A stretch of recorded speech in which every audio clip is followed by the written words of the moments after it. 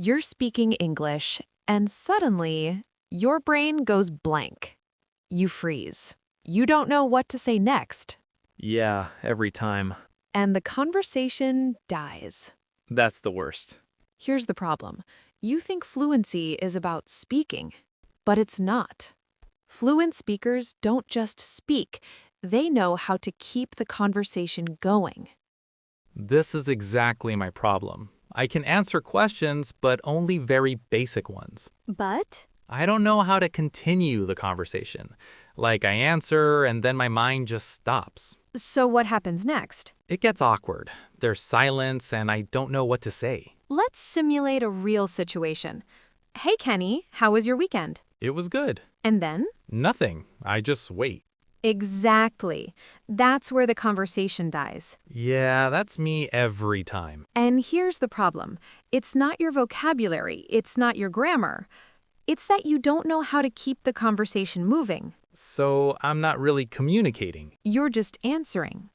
Here's the real problem. You think speaking English is about answering questions correctly. Well, isn't it? No, that's only what we learn in school. Tests, interviews, textbooks. But real communication is completely different.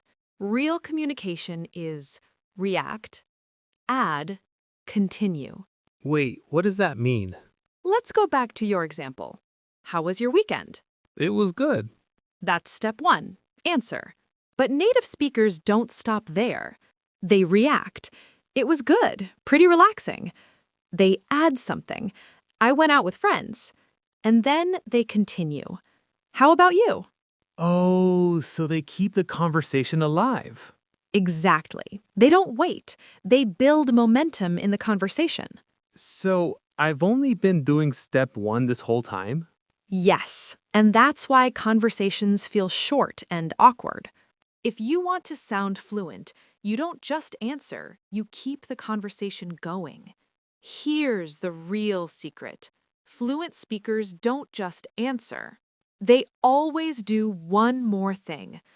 Add something, ask something, react emotionally. So conversation is like a game? Exactly. Back and forth. Let me show you the difference. Question: did you watch the game? Yes, I did. And conversation stops. Now watch this, native style. Yeah, it was crazy. Did you see that last goal? See what happened? He didn't just answer, he reacted. It was crazy. He added detail, that last goal, and he continued. Did you see it? Oh, so one answer turns into a full conversation. Exactly. That's how fluent speakers keep the energy going. If you only answer, the conversation dies. But if you add just one more thing, the conversation lives. Now it's time for the upgrade. The golden formula. Reaction, comment, question. If you follow this formula, you will never run out of things to say. So I just need to add more after my answer? Not just more, the right structure. Example 1. How was your weekend? It was good. Dead. Conversation ends right there. My weekend was quite enjoyable and relaxing. Better grammar, still unnatural. Now watch this. Native style. It was great. I went hiking. What about you? Perfect. Reaction. It was great. Comment. I went hiking. Question. What about you? This is how you keep the conversation alive. Practice with Edgy World students. Emily at the coffee conversation. Do you like coffee? Yeah. That's not a conversation. That's just a reply. Yes, I enjoy consuming coffee on a regular basis. Sounds like a robot. Let's fix it. Yeah, I love it. I usually grab a cup every morning. How about you? Nice. Reaction. Yeah, I love it. Comment. Grab a cup every morning. Question. How about you? That's smooth, natural, and engaging. Richard, one busy day. Are you busy today? Yeah. Again, conversation killer. Yes, I have a number of responsibilities to complete today. Too stiff. Native speakers don't talk like that. Yeah, pretty busy. I've got a meeting later. What about you? Perfect. Reaction: yeah, pretty busy. Comment: I've got a meeting later. Question: what about you? You can also say, I'm kinda swamped today. Tom: watching the game. Did you watch the game? No. Conversation ends. No, I did not have the opportunity to watch the game. Too long, too unnatural. No, I missed it. Was it any good? Excellent. Reaction: no. Comment: I missed it. Question: was it any good? You can also say, I couldn't catch it. Kevin: going to the gym. Where are you going? To the gym. Basic. No connection. I am currently heading to the gym to engage in physical exercise. Way too much. I'm heading to the gym, trying to stay consistent. You? Perfect. Reaction: I'm heading to the gym. Comment: trying to stay consistent. Question: you? You can also say, trying to keep up the routine. Do you see the pattern now? Yeah, every answer becomes longer but still natural. Exactly. Not longer, smarter. Fluent speakers don't think about grammar. They use patterns like this automatically. React, add a comment, ask back. So I never get stuck again. Exactly. One answer is a dead end, but one extra sentence turns into a real conversation.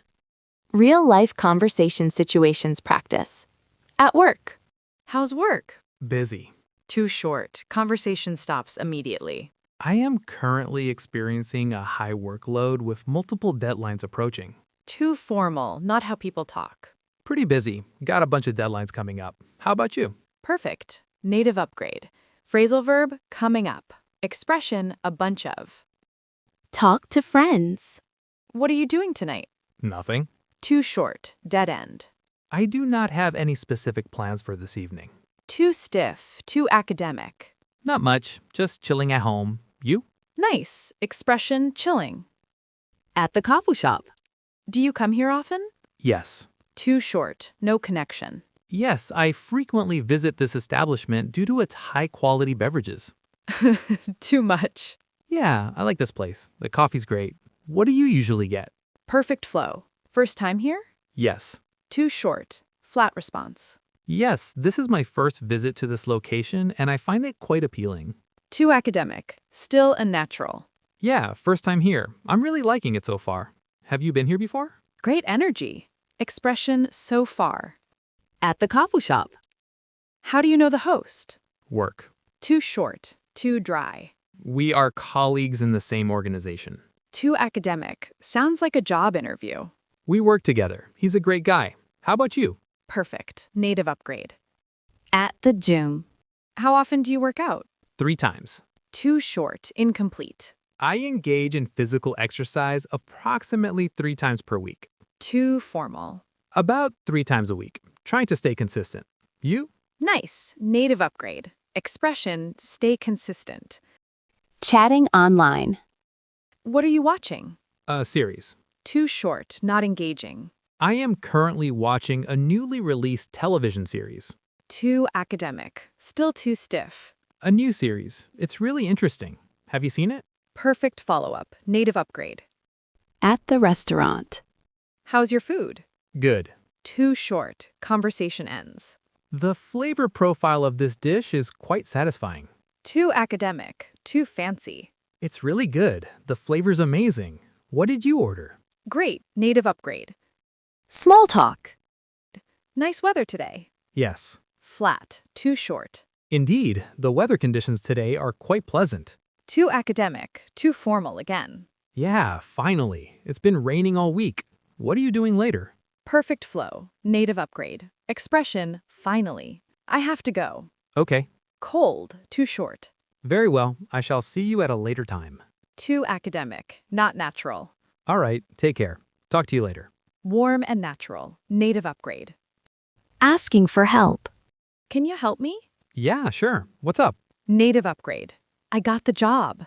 No way. That's awesome. Congrats. Idiom, no way, native upgrade. That's a good idea. I do not entirely agree with your perspective. Too academic, too formal. I don't think so. Maybe we should try something else. Want to hang out? Yeah, I'm down. What do you have in mind? Native upgrade. Expression, I'm down. You look tired. Yeah, I'm exhausted. Didn't get much sleep last night. Now, do you see the difference now? Yeah, short answers kill the conversation. Exactly. Fluent speakers don't just answer, they react, add, and continue. Reaction, comment, question. So every answer becomes a conversation. Exactly. That's how you stop sounding like a learner and start sounding like a native.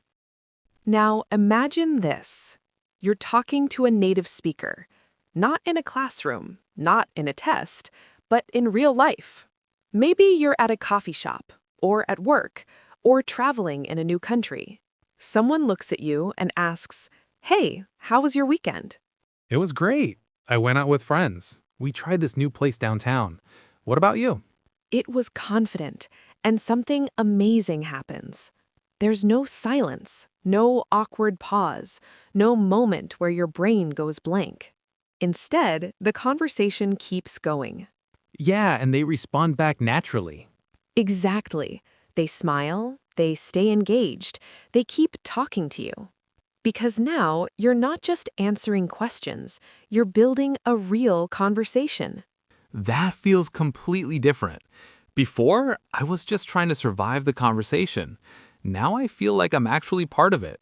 That's the shift.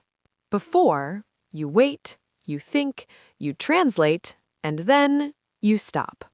Now, you react, you add, you continue, without overthinking, without fear. So instead of feeling nervous, I feel relaxed. Exactly. Because confidence doesn't come from knowing more grammar, it comes from knowing how to keep the conversation alive. And here's the most important part. When you do this, people don't see you as someone learning English anymore. They see you as someone they can talk to, someone they can connect with. So I'm not just speaking English anymore. You're connecting, you're expressing ideas, you're sharing experiences. You're becoming a different version of yourself. That's powerful. And it's not far away. It starts with something simple. One extra sentence, one small reaction, one follow-up question. That's how fluency begins. Let's bring it all together. Today, you learned something very important. Not just vocabulary, not just grammar, but a new way of thinking. Don't just answer, always add something, always continue the conversation. Yeah, I can see it now. Before, I thought speaking English was about giving the right answer. That's what most people think. But now I realize it's about keeping the conversation going. Exactly. That's the native mindset. And here's what I want you to do next. Start small. Next time someone asks you a question, don't stop at one sentence. Add one more idea. Ask one simple question back. That's it. You don't need perfect grammar. You don't need advanced vocabulary. You just need to keep the flow going. That actually feels doable. It is doable, and the more you practice, the more natural it becomes. At first, you'll think about it. Then, you'll start to feel it. And eventually, you won't even notice it anymore. That's when it becomes automatic, right? Exactly. That's when you stop translating and start speaking naturally. But this is just the beginning. Wait, there's more? Of course, because speaking naturally is not just about what you say, it's also about how you say it. You mean tone and emotion? Exactly. In the next episode, we're going deeper. How to use tone, how to add emotion, how to control rhythm. Because that's the real difference between someone who speaks English and someone who sounds like a native speaker. Now I'm really excited. Good, because this is where things start to change for you. So, keep practicing, keep adding one more sentence, and step by step, you'll build real conversations. Welcome to the Native Mindset.